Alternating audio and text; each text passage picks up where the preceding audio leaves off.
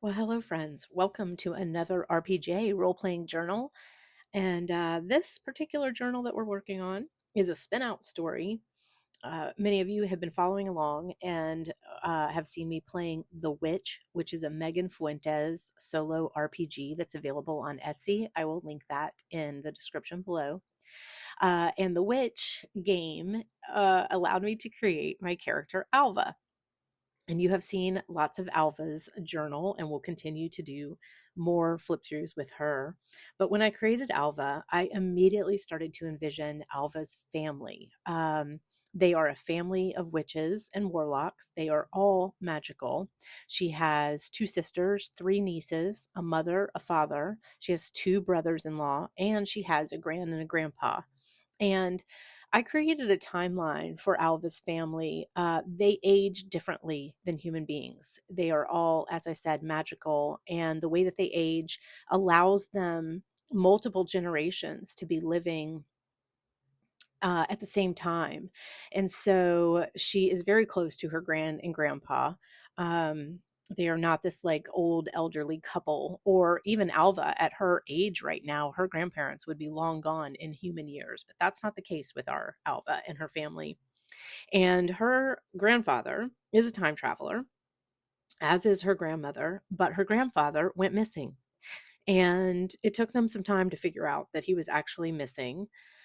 That's just some watercolor pages, by the way. I like to do those on days when I just don't have any bandwidth. I just kind of age a few pages with watercolor, knowing I'll come back to them. But today I was in the mood to really do some hardcore decorating. So I skipped those two, left them for down the road, and now we're going to do some distressing with these cool inks. So yeah, we Gran and everybody figures out that Grandpa's missing, but the problem is they have an idea of where, but they're not exactly sure when. So Gran has been traveling in time. She started by going back to 1908, and she's been hunting around Europe, mostly through England, Scotland, France, and then down into Italy. And sure enough, she's been hot on his tail for a couple of years. And in 1910, she finds a flat that he rented in London, and his journal is there. And so that's the journal that I'm making right now. The thing that's been really fun about this journal, well, for one thing, it's fun to just make all this artwork and create this story, but I'm making it on his behalf as if it were pieced together in the years leading up to his disappearing. And he, because he is a warlock, he has vision. He can see, and he knows that grandma is going to find this journal. She's going to come back in time looking for him. And so he's leaving her a lot of information about where he's gone and how to track him down, or if she even needs to. He may be able to come back on his own. But the thing is, because he's leaving this journal in this room to be found, and he has no real idea of how many actual years it will be before anyone finds it, his notes and his information are very cryptic. Why that's fun for me as a game player is that I don't need any plot. I can have holes in this storyline. It doesn't matter. I'm not writing a novel here. It's meant to be intuitive to the person who finds it, which in the world of writing a novel would be a bit of a cheat, I think. But in the world of a game playing, it's working out fine. Okay, I'm aging this paper with some sandpaper here, but I wanted to mention about this sandpaper.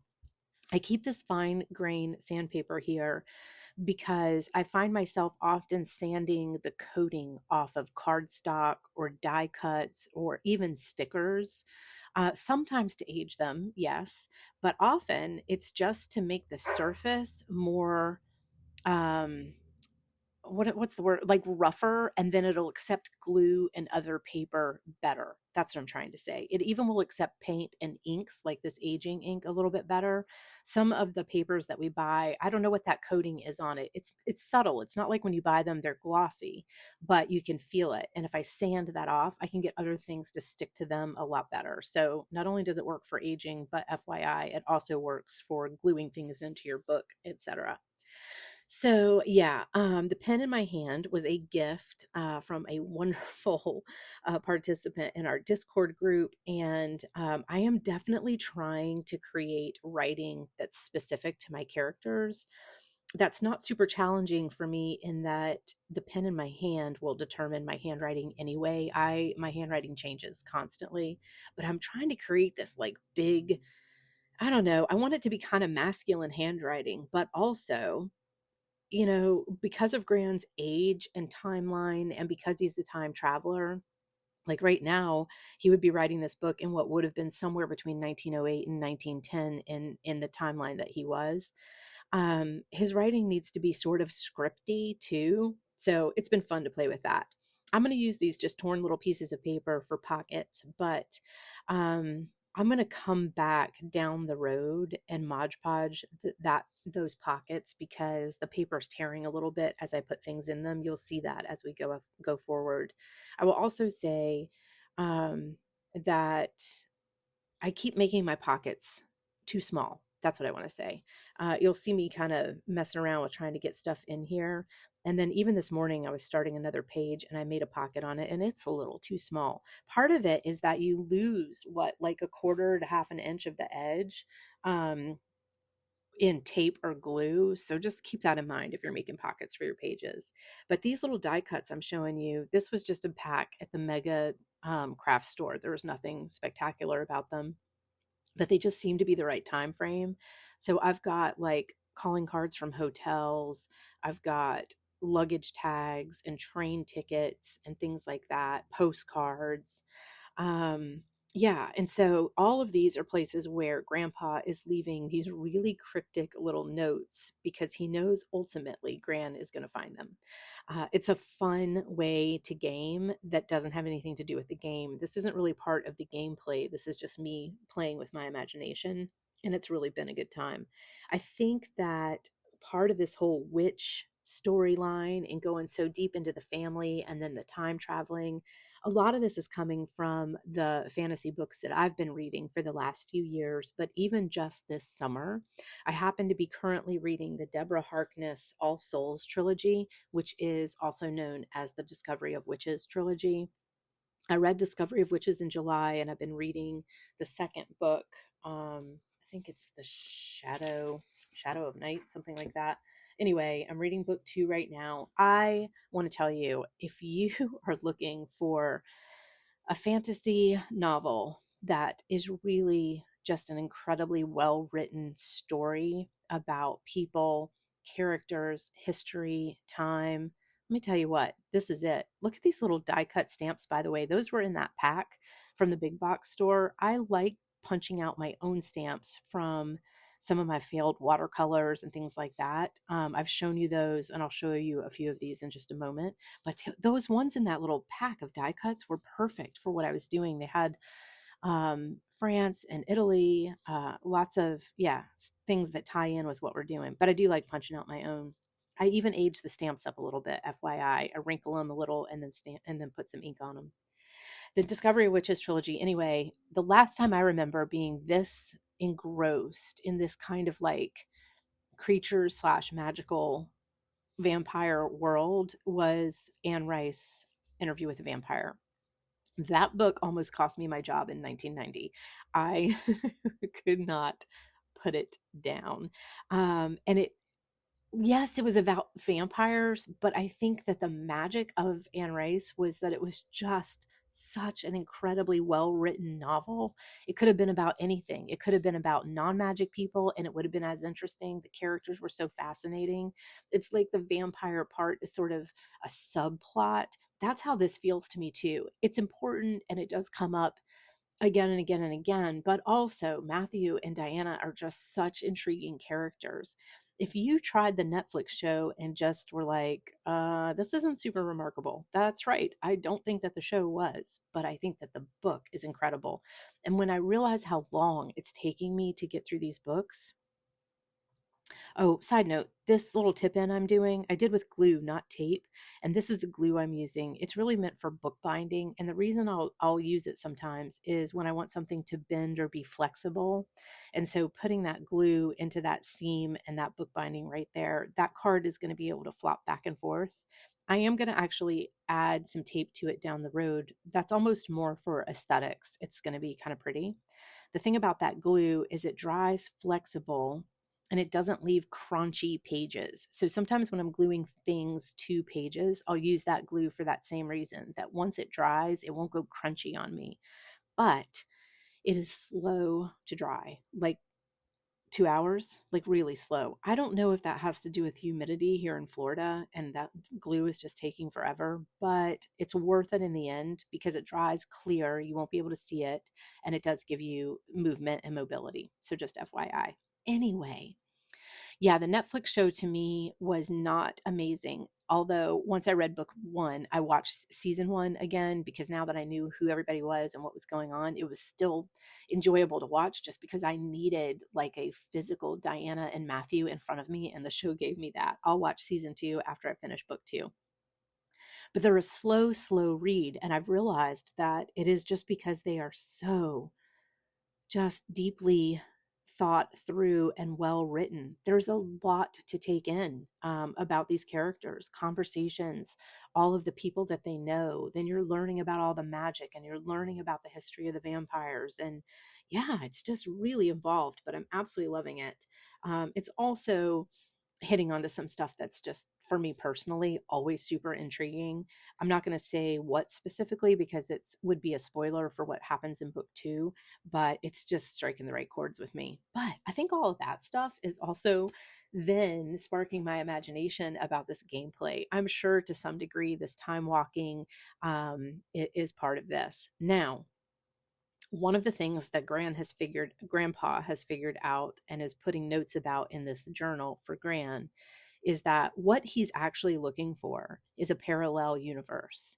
It is a universe where all magic creatures actually come from. They came through to this universe from this other one. And he's actually been looking for this for many, many, many years. And he has a companion who is a goblin. I can't say friend because goblins can't be friends. It's just not part of their nature, but they will be loyal to companions if they have a like goal in mind. If they're both trying to get to the same place, they won't double cross you. They'll work with you.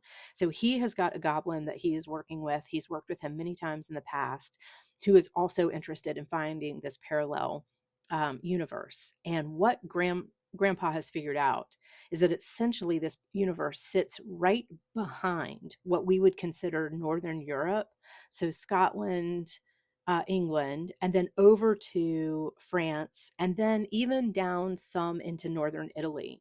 That is all kind of behind that, is where this other parallel universe is. What they're trying to find is a passage through.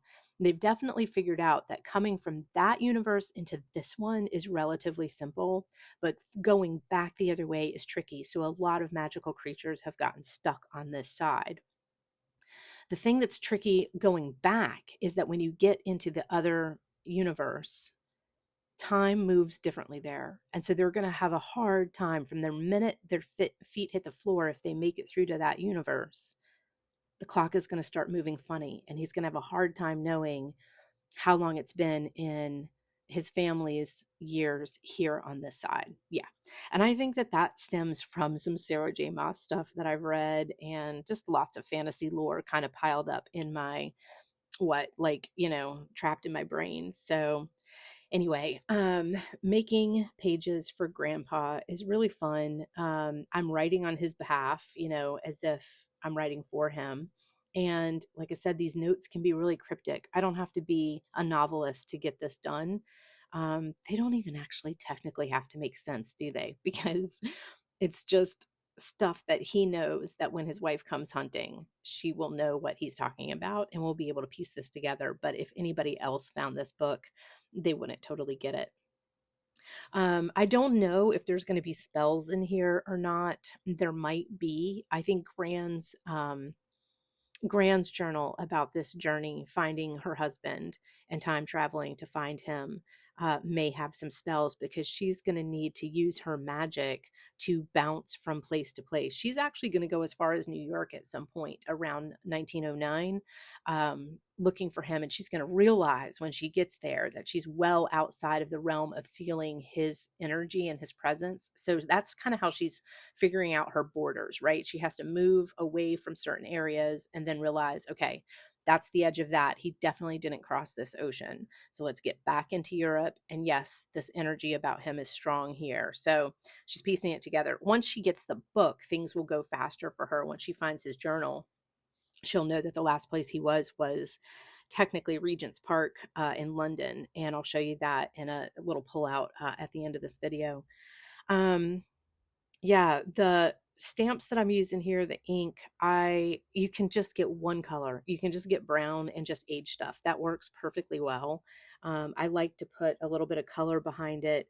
It makes it all look a little bruisey, but I think in kind of a cool way. You'll see that again when you look at my pages again. They look a little bruised, but so I just wanted to have some fun beyond just aging. I've done a lot of coffee and tea and then watercolor to just make things kind of yellowed. And I just sort of wanted to go, I don't know, with something with a little bit more color behind it. The inks that I bought are kind of knockoff brand. They're big store brand, but they seem to be working fine. And one of the things about aging these little tags, if you'll wrinkle them and fold them up in your hands like you've seen me doing, and then put ink on them, the wrinkles really shine. They really come through with the ink. So yeah, these are all his little cryptic notes scribbled on receipts, and again, like hotel calling cards, luggage tags, that kind of thing. So and then these little brass clips. I just thought those were kind of cool. I ended up buying a little bag of those somewhere along the way. I realized I didn't age that torn edge. We got to fix that. Yeah, you can't have any white pristine edges in your 150-year-old notebook. By the way, Alva lives in current times, as far as I understand it. I think she's living in maybe 2020, something like that. And so yeah, the fact that these guys are back in 1908 to 1910, they're just using their magic to be there. They're time traveling. All of their family is in current day. And then these little guys I didn't clip together. I just tucked them in. And this is what I'm saying about these pockets though. See how tight these are? So just be aware, make them, I would say always go bigger than you think you need. You can always find stuff to tuck in there. And then I Mod Podged over those stamps a little bit and put some tape, as I said I would do.